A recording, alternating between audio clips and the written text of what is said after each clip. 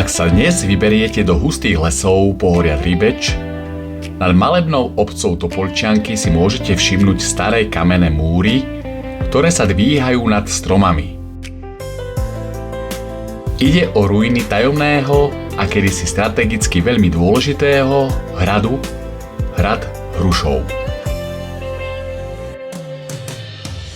Dnes pôsobí pokojne a romanticky.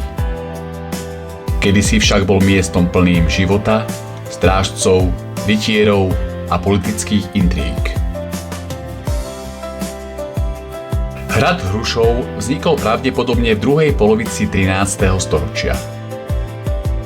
V tom období sa celé územie dnešného Slovenska spamätávalo z ničivého vpádu Mongolov počas mongolského vpádu do Uhorska.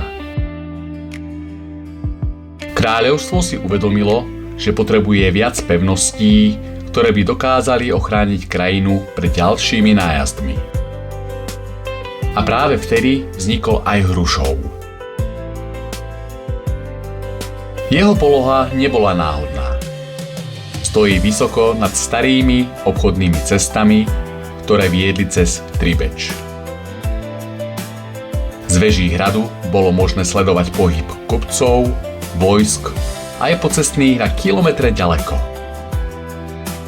Hrad tak plnil nielen obrannú funkciu, ale kontroloval aj obchod a výber mýta. Počas storočí sa na hrade vystriedalo viacero šľachtických rodov. Najvýznamnejším z nich bol rod Forgáčovcov, ktorý hrad vlastnili niekoľko generácií. Za ich vlády patril Hrušov medzi významné regionálne sídla. V hradných múroch sa riešila politika, spravovali okolité panstvá a konali sa tu hostiny aj vojenské porady.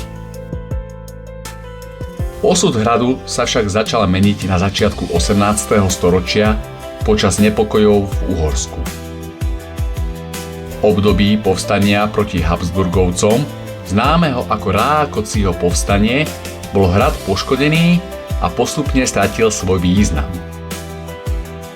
Šľachta sa presťahovala do pohodlnejších kaštieľov v dolinách a Hrušov začal pomaly chátrať. Strechy sa prepadli a z kedysi silné pevnosti zostali len kamenné múry. Po stáročia ho postupne pohlcovala príroda. Napriek tomu hrad úplne nezanikol. Naopak, v posledných 10 ročiach zažíva akési znovuzrodenie. Dobrovoľníci, nadšenci histórie a rôzne združenia začali pracovať na jeho záchrane. Postupne spevňujú múry, čistia areál a snažia sa zachovať hrad pre ďalšie generácie.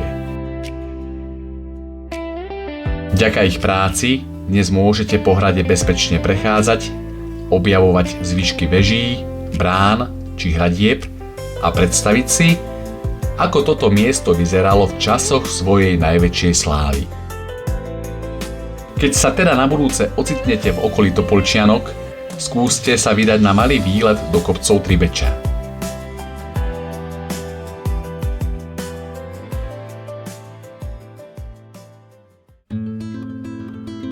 Len kúsok od obce Topolčianky sa nachádza jedno z najzaujímavejších miest slovenskej prírody, Zubria zvernica Topolčianky. Táto zvernica vznikla v roku 1958 s cieľom zachrániť a rozmnožiť európskeho zubra, najväčšieho suchozemského cicavca Európy. Zubor hrivnatý bol totiž v minulosti takmer úplne vyhubený a vo voľnej prírode prakticky zmizol. V Topolčianskej zvernici sa postupne podarilo vytvoriť stabilné stádo, ktoré pomáha pri návrate týchto majestátnych zvierat späť do prírody. Ak sa ti moje video páčilo, daj like, odber a vidíme sa v ďalšom videu.